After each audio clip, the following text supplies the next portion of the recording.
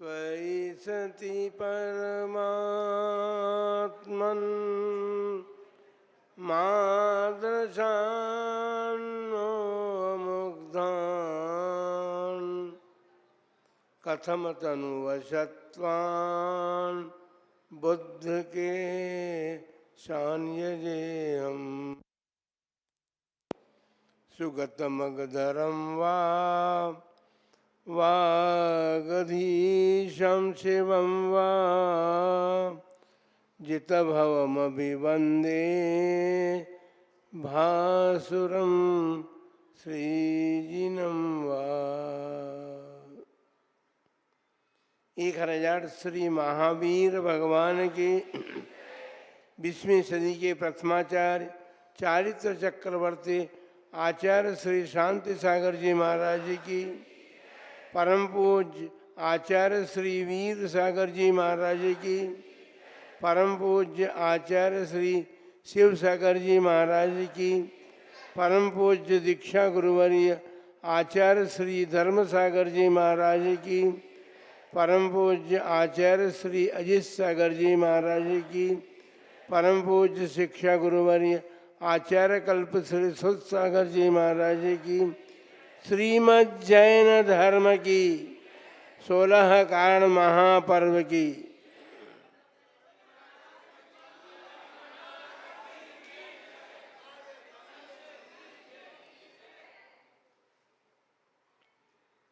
धर्मानुरागी महानुभावों, तीर्थंकर नाम कर्म के बंध के कारणों की चर्चा चल रही है। कल प्रथम कारण की चर्चा हुई थी और हम सभी ने सुना जाना कि सम्यक दर्शन की निर्मलता है जो वही दर्शन विशुद्धि है, या दर्शन विशुद्धि जो है उसका मतलब ही है कि सम्यक दर्शन की निर्मलता का होना। सम्यक दर्शन की निर्मलता कहें या उसे सम्यक दर्शन की संपन्नता भी कह सकते हैं, क्योंकि जिस प्रकार से सम्यक दर्शन की विशुद्धि का कथन किया गया है उससे ये द्योतित होता है कि सम्यक दर्शन की संपन्नता जब तक नहीं होती है तब तक आगे की भावनाओं का कोई महत्व नहीं होता। आज दूसरी भावना है विनय संपन्नता। संपन्नता शब्द बड़ा कर्णप्रिय है, सुनने में बड़ा अच्छा लगता है, और संपन्नता तो कई प्रकार की है। धन की संपदा भी होती है और धन की संपन्नता के साथ साथ ज्ञान की संपदा जिनके होती है संपन्नता, चारित्र की संपन्नता होती है, वे संपन्न इसलिए कहे जाते हैं क्योंकि संपन्न व्यक्ति जो होता है, धन की संपदा जिसने प्राप्त कर ली है, संपन्नता पूर्वक जिसने धन प्राप्त किया है, वह धन संपन्न कहलाता है। यहाँ तो धर्म संपन्नता की बात चल रही है। धर्म संपन्न व्यक्ति वही हो सकता है जो भगवान और आचार्य परमेष्ठियों ने हमारे शास्त्रों में जो कथन किया है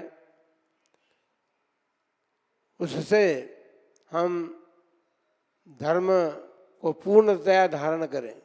संपन्नता का अर्थ एक और है पूर्णता का प्राप्त होना। धर्म यदि पूर्णता से प्राप्त हो जाता है तो धर्म संपन्न कहलाता है वह व्यक्ति। ज्ञान यदि पूर्णता से प्राप्त होता है तो वह ज्ञान संपन्न कहलाता है। इस प्रकार से अनेक प्रकार की संपन्नताएं हो सकती हैं, लेकिन धर्म मार्ग में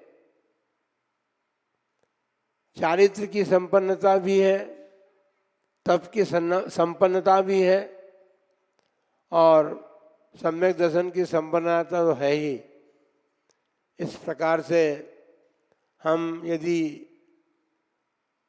संपन्नता के साथ अर्थात विनय के संपूर्ण अंगों को समझ करके और उसे हम विनय को धारण करेंगे तो वह विनय हमारी जो है, विनय के लिए कहा जाता है हरा भरा वृक्ष एक होता है, इसमें फल भी होते हैं, पत्ते भी होते हैं, डालियाँ भी होती हैं और हवा के झोंके से वो झुक जाता है। विनय का अर्थ है झुकना, और जो झुक जाता है वो वृक्ष कभी नुकसान को नहीं प्राप्त होता। लेकिन जो अकड़ करके खड़ा हुआ है, अकड़ के खड़ा कौन रहता है? सूखा वृक्ष। ठूंठ जो होता है वो किसी भी काम का नहीं है। हो सकता है कि उसके लकड़ी जलाने के काम में आए, इससे अलावा और कोई काम नहीं होता। बंदों, हमें सम्यक दर्शन, सम्यक ज्ञान, सम्यक चारित्र, इसके विनय का ध्यान रखना। गुरु की विनय का ध्यान तो हम बाद उसकी चर्चा करेंगे, क्योंकि गुरुओं के बिना हमें सम्यक दर्शन की प्राप्ति भी नहीं हो सकती है। जिनेंद्र भगवान की भक्ति करने से भी हमें सम्यक दर्शन की प्राप्ति होती है, और सम्यक दर्शन प्राप्त करने वाला जीव जो है चौरंगी दुनिया से, ये कौन सी दुनिया हो गई महाराज, हमने तो सुना ही नहीं। चौरंगी दुनिया से वह पार हो जाता है। चौरंगी दुनिया का मतलब ये है, चार गतियां हैं, बस वही चौरंगी दुनिया है। हम सब चौरंगी दुनिया में ही तो रह रहे हैं। उस चौरंगी दुनिया से अलग जाने के लिए, उससे पृथक होने के लिए हमें सब तरंगी दुनिया का साथ प्राप्त करना होगा। अर्थात सम्यक दर्शन प्राप्त करके हमें सात तत्वों की श्रद्धा को अपने आत्मा में प्रकट करना होगा। वो श्रद्धा ही हमें चौरंगी दुनिया से बाहर ले जा सकती है।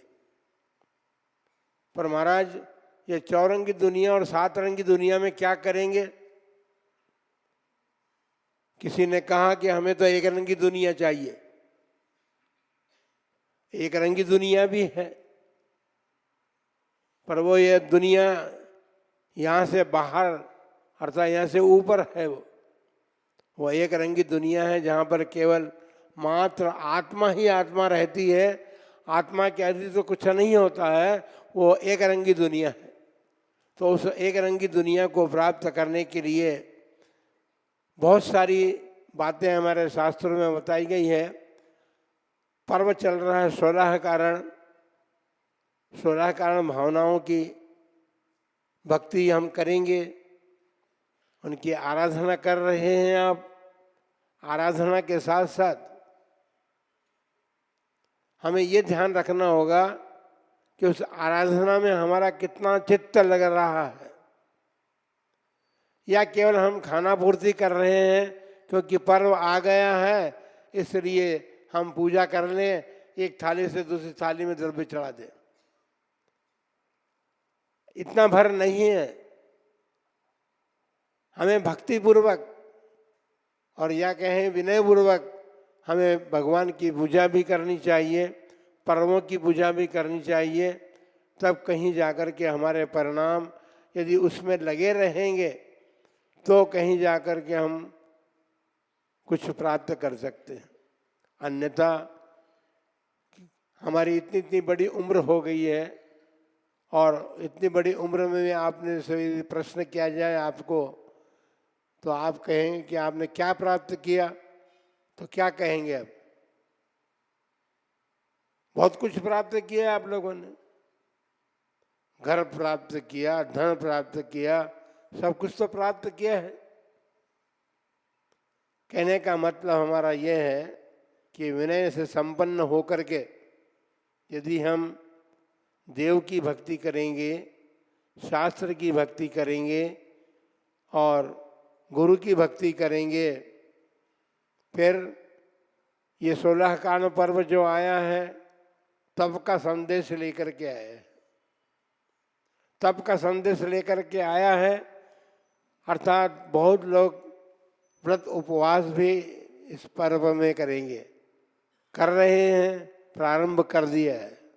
आज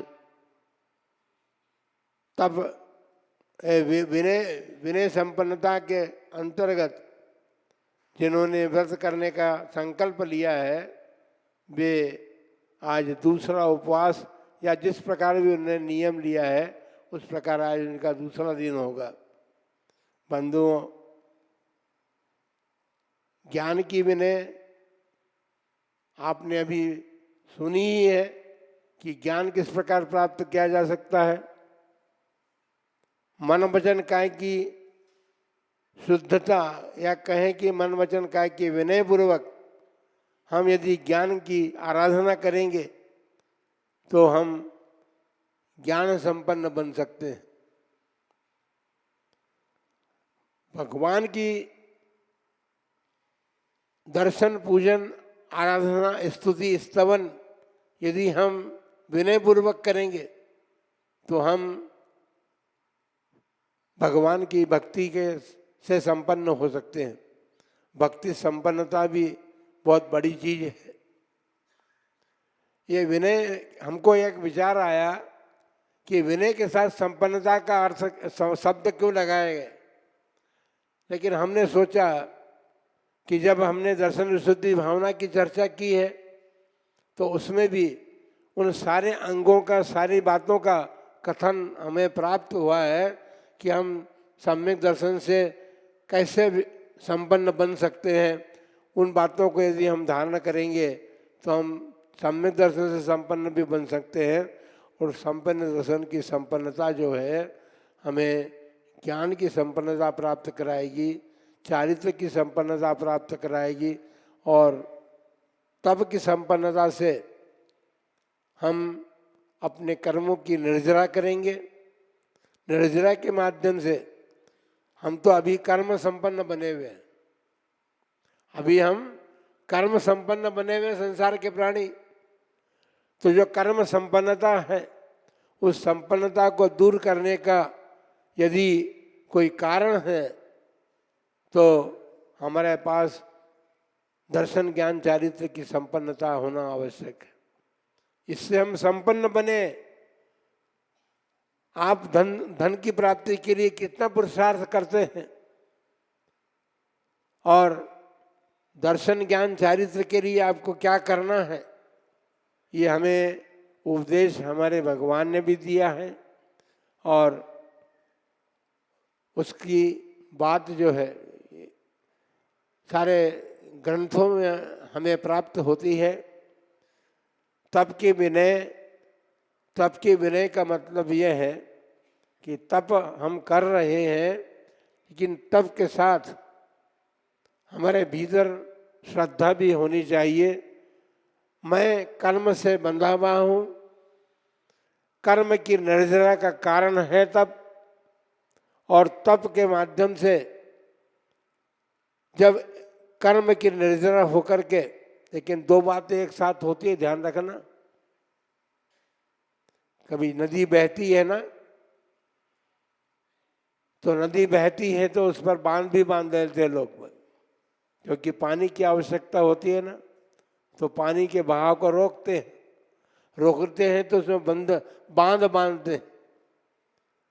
हम बड़े प्रसन्न होते हैं कि हमने बांध लिया है, इसलिए अब पानी यहीं रुक गया। पानी का स्वभाव तो बहना ही है, वो तो निरंतर बहता रहता है। आगे बहने से आपने उसे रोक लिया, लेकिन जब बांध बंधा है तो वो वहाँ पर भी बह रहा है, और बहते बहते वो बांध पूरा भर जाता है, और फिर प्रवाह ऊपर से जब चलने लगता है तो बांध के द्वार अर्थात गेट खोलने पड़ते हैं। हमें मोक्ष प्राप्त करना है, संसार छोड़ने के लिए केवल निर्जरा ही आवश्यक नहीं है। इधर से निर्जरा हम करते रहे, निर्जरा तो हम प्रतिदिन करते हैं, निर्जरा तो प्रतिदिन करते हैं, मल की प्रतिदिन, कर्म भी तो मल ही है ना, मल की निर्जरा प्रतिदिन करते हैं। लेकिन उसके साथ साथ आवश्यकता इस बात की है कि संवर भी हमारे भीतर हो, क्योंकि संवर के द्वारा हम कर्म के आश्रयों को रोक करके, और कर्म के आश्रयों को से रुकने से हमारे भीतर जब कर्म को आना बंद हो जाएगा तो हमारी निर्जरा जो है, क्योंकि हमने पूर्व में जो संचित कर्म किए हैं, उन पूर्व में संचित कर्मों की निर्जरा जो है वो हमारे लिए कार्यकारी होगी। इसलिए तप भी हमारे लिए आवश्यक है। तपना, हम देखें कि अग्नि में तपे हुए भोजन को ही हम करवाते हैं, करते हैं ना, अग्नि में तपे भोजन को करते हैं सब लोग कि नहीं? तो फिर बताइए कि जो भोजन हमको हमारे उदर पूर्ति के लिए हम बनाते हैं तो उसको भी अग्नि में तपा करके ही तो बनाते हैं। हमें भी अपनी आत्मा को या आत्मा के लिए हमें मोक्ष का भोजन प्राप्त करना है, आत्मा को आत्मा का ही भोजन प्राप्त करना है। अन्य भोजन तो हमने अनेक बार प्राप्त किए और कर रहे हैं, लेकिन आत्मा को आत्मा से ही भोजन प्राप्त हो, इसलिए हमें आवश्यकता है तप रूपी अग्नि की। पर ये सब बातें, चाहे दर्शन हो, चाहे ज्ञान हो, चाहे चारित्र हो, चाहे तप हो, इसको करने के लिए हमारे भीतर विनम्रता होनी चाहिए, विनय होनी चाहिए, क्योंकि विनय जो है वो मोक्ष का द्वार है। मोक्ष जो है प्राप्ति के लिए विनय अत्यंत आवश्यक है। बंधुओं, विनय एक ऐसा गुण है जिसके द्वारा व्यक्ति सब कुछ वश में कर सकता है। संसार में रह करके भी हम देखते हैं कि जो विनयी होता है उसके भीतर गुण प्रकट होते हैं, और गुणों के आकर्षण से सारे लोग उसकी तरफ झुकते हैं। विनय में स्वयं झुकता है, लेकिन विनय गुण जिसके पास होता है वह ऐसा गुण प्राप्त करता है कि लोग भी उसके विनय गुण से प्रभावित होकर के ये जानना चाहते हैं, सोचना चाहते हैं कि हम विनय गुण प्राप्त करें। धर्म की प्रभावना जो होती है वो तो इसी प्रकार हो सकती है, इसी प्रकार होती है।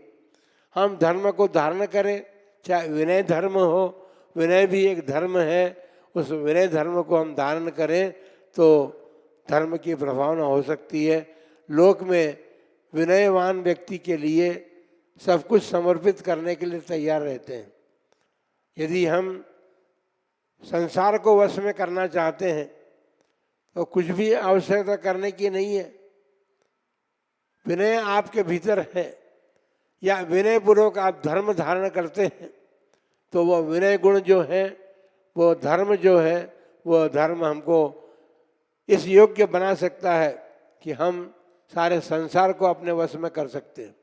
संसार को वश में करने की आवश्यकता भी कहाँ है, हमें तो कुछ और करना। सम्यक दर्शन, सम्यक ज्ञान और सम्यक चारित्र ये हमें प्राप्त हो जाए, हम इसे ही वश में कर सकें, इतनी योग्यता हमारे भीतर प्राप्त हो जाए तो हम उस मोक्ष को भी प्राप्त कर सकते हैं जिसे अभी तक प्राप्त नहीं किया। संसार में तो हम परिभ्रमण कर ही रहे हैं, अनादि काल से भटक रहे हैं। हम गुणों के बिना या रत्नत्रय के बिना संसार से हमारी भटकन दूर नहीं हो सकती है। इसलिए सभी लोगों को सम्यक दर्शन के साथ साथ विनय संपन्नता भी प्राप्त करनी है। वैसे सम्यक दर्शन जो है वही अनुपम सुख का निधान है। अनुपम सुख कहाँ मिलेगा? अनुपम सुख कहाँ मिलेगा? आज हमारी तरफ से प्रश्न है, आपको उत्तर देना है। और सम्यक दर्शन जहाज का काम भी करता है। अपन सब समुद्र में डूबे हुए हैं, तो संसार समुद्र से पार ले जाने में सम्यक दर्शन जहाज का काम भी करता है। और सबसे बड़ी बात यह है, मुक्ति रूपी लक्ष्मी को वश में करने के लिए कुछ भेंट करना पड़ेगा। भेंट के बिना कोई मिलता नहीं है। आप बाजार में जाते हैं, अपनी इच्छित वस्तु को प्राप्त करते हैं, तो उसका जितना मूल्य होता है उतना मूल्य ही दे करके तो आप उसको ला सकते हैं कि बिना मूल्य दिए आप ले आएंगे? आज तक कोई वस्तु लेके आए हैं कि आप बिना मूल्य दिए? तो मुक्ति रूपी लक्ष्मी को प्राप्त करने के लिए एक लक्ष्मी के लिए दूसरी लक्ष्मी देना पड़ेगी। वो अनर्घ्य रत्न हम सबको प्राप्त हो, उस अनर्घ्य रत्न से जिसका कोई मूल्य नहीं कहा जा सकता। मूल्य नहीं है ऐसा नहीं है, मूल्य जिसका नहीं आका सकता, वो अनर्घ्य रत्न हमें प्राप्त हो और उस अनर्घ्य रत्न से हम मोक्ष की यात्रा पूर्ण कर सके। मोक्ष की तरफ चलने का तो अभी प्रारंभ भी नहीं किया आपने। यात्रा तो जब पूर्ण होती है जब हम चलना प्रारंभ करते हैं। हम चलना प्रारंभ जब भी कर सकते हैं जब हमें वो भक्ति जागृत हो, देवशास्त्र गुरु की विनय हमारे भीतर हो। उस विनम्रता से की जाने वाली जो भक्ति है वो भक्ति रूपी अनर्घ्य रत्न जो है, बहुमूल्य नहीं कहे, जिसका कोई मूल्य नहीं है, ऐसा अनर्घ्य रत्न सम्यक दर्शन है। उसको जब हम प्रदान करेंगे तो हमें सब कुछ प्राप्त होगा और उस मोक्ष लक्ष्मी को भी हम प्राप्त कर सकते हैं। धन लक्ष्मी की आवश्यकता नहीं है। धन लक्ष्मी भेंट करने से कुछ भी प्राप्त नहीं होगा। ये बात अलग है कि धन हमारे पास होना भी चाहिए। आप गृहस्थ हैं, आपके पास इसलिए होना चाहिए कि आप धन के माध्यम से धर्म की आराधना में जो कुछ आवश्यकता होती है उसकी पूर्ति कर सकते हैं और उसकी पूर्ति के माध्यम से आप भक्ति का फल जो है उसे प्राप्त करने में समर्थ बन सकते हैं। आप सभी के लिए यही भावना है, आप विनय से संपन्न तो बने। और विनय एक ऐसा गुण है जिसके साथ आप सब कुछ प्राप्त कर सकते हैं, संसार को वशीभूत कर सकते हैं। आप शास्त्रों में पढ़े तो अनेक लोगों ने विनय के बल पर सारे लोगों को जीता है, जीतना है। तो आप सारे संसार को जीतने का विकल्प छोड़ दें। हमें तो अपने शरीर को जीतना है, नहीं जीतना शरीर को जीत के क्या करेंगे? जब जब शरीर हमें मिला है हमें उसे ही जीतने का हमेशा प्रयत्न किया। लेकिन हमें तो अपने कर्मों को नाश करके अपने आत्मा पर विजय प्राप्त करने के सिद्धावस्था प्राप्त करनी है। आप सब लोग विनय संपन्नता के साथ अपने जीवन में उस सिद्ध अवस्था को प्राप्त करने का प्रयत्न और पुरुषार्थ कर सकें। इन्हीं मंगलमय भावना के साथ चलो महावीर भगवान की